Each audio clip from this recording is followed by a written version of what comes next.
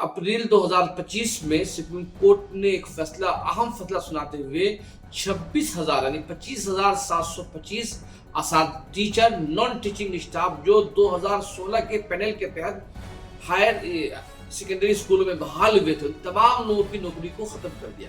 इसके बाद से ही मगरबी बंगाल में असातिज़ा एहतजाज कर रहे हैं और इस पूरे मामले के लिए ममता हुकूमत पर सवालात खड़े किए जा रहे हैं कि चूंकि कुछ ऐसी तकरीरी हुई थी जिसमें कि जो कानून से परे नाकाम और फेल हो जाने वाले उम्मीदवारों को नौकरी दी गई थी, और उस नौकरी को सही साबित करने के लिए स्कूल सर्विस कमीशन का जो इम्तिहान लेता है, उसने तमाम मार्कशीट को और तमाम इम्तिहान के जितने दस्तावेज थे सबों को तबाह कर दिया। इसकी वजह से ये पता लगाना मुश्किल हो गया कि कौन लोग सही बहाल हुए हैं और कौन लोग गलत बहाल हुए हैं।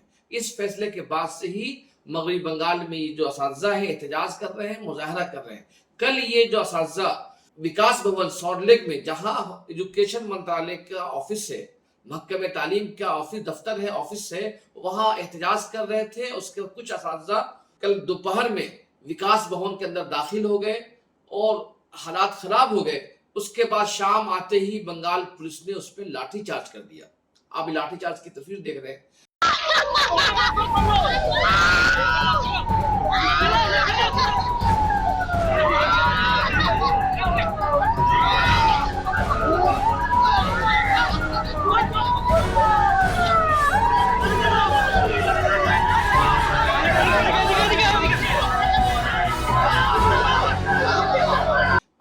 बंगाल पुलिस के डीआईजी सुप्रीतम सरकार ने इस पूरी प्रेस कॉन्फ्रेंस की है और प्रेस कॉन्फ्रेंस करके पुलिस की कार्रवाई को सही ठहराने की कोशिश की है।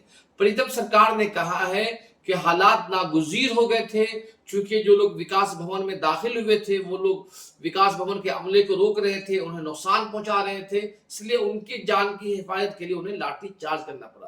प्रीतम सरकार ने यह भी कहा है विकास भवन के बाहर गुज़िश्ता 10 दिनों से एजिटेशन चल रहा है, हमने कोई कार्रवाई नहीं की, लेकिन उस वक्त हमने एक कार्रवाई की है कि जब ये लोग विकास भवन के अंदर दाखिल हो गए। लेकिन एहतजाज करने वालों की भी अपनी दलील है कि वो गुज़िश्ता 10 दिनों से एहतजाज कर रहे हैं, लेकिन हुकूमत उनकी बात सुनने को तैयार नहीं है। और दूसरे ये उनका ये भी कहना है कि ये जो सिस्टमेटिकली जो करप्शन हुआ है ममता गवर्नमेंट में, उसकी सजा क्यों भुगते? आखिर स्कूल सर्विस कमीशन ने पूरे रिकॉर्ड को क्यों खत्म किया? 8-9 साल से नौकरी कर रहे थे, अचानक जो हमारी नौकरी खत्म कर दी गई है वो हम कहां से अपने घर को चलाएंगे? तो अगर इस पहलू को देखा जाए तो ये बहुत ही दर्दनाक पहलू है कि 5 साल 4 साल नौकरी करने के बाद इनकी नौकरी खत्म हो गई है। ये असातिज़ा सड़कों पर आ गए हैं। अब हुकूमत ममता गवर्नमेंट सुप्रीम कोर्ट में गई है, कुछ राहत भी मिला है कि दिसंबर तक वो असातिज़ा पढ़ा सकते हैं जिन्हें ममता सरकार ने ये हलफनामा के तहत कहा था कि ये अहल है, एलिजिबल है, क्योंकि इन्होंने इम्तिहान पास किया है। लेकिन सवाल ये है कि इन्होंने इस तरह का एलिजिबल या नॉन एलिजिबल का पता कहां से लगाया, क्योंकि इन्होंने खुद रिकॉर्ड को खत्म कर दिया है। अब जिनको ये नॉन एलिजिबल बता रहे हैं उनका कहना ये है कि हम नॉन एलिजिबल कैसे हैं, आपको कैसे मालूम है कि हम नॉन एलिजिबल है, हम नाअहल है, या हमने रिश्वत दे के लिया है? और सवाल ये है कि रिश्वत किसने लिया?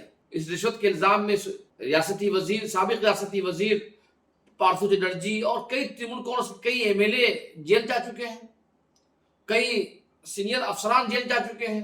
तो इन लोगों की करप्शन की सजा आम लोग क्यों भुगते, उसके खिलाफ ये मुजाहरा हो रहा है। अब ये देखना होगा कि ममता हुकूमत इस एजिटेशन को किस तरह संभालती है। ममता ने उन तमाम लोगों के लिए एक पैकेज का ऐलान किया, कल ही ऐलान किया था कि जो लोग जिनकी नौकरियां खत्म हो गई है उन्हें हम कुछ पैकेज देंगे, उस वक्त तक जब इस मामले में हल नहीं हो जाता है। एक तरह से देखा जाए ममता बनर्जी 2026 का इलेक्शन लड़ने के लिए, बचने के लिए वो इस तरह के ऐलान कर रहे हैं, लेकिन सुप्रीम कोर्ट इस मामले में बहुत सख्त नजर आ रहा है। बहुत कम उम्मीद है कि सुप्रीम कोर्ट इस मामले में ममता हुकूमत को कोई राहत देगी।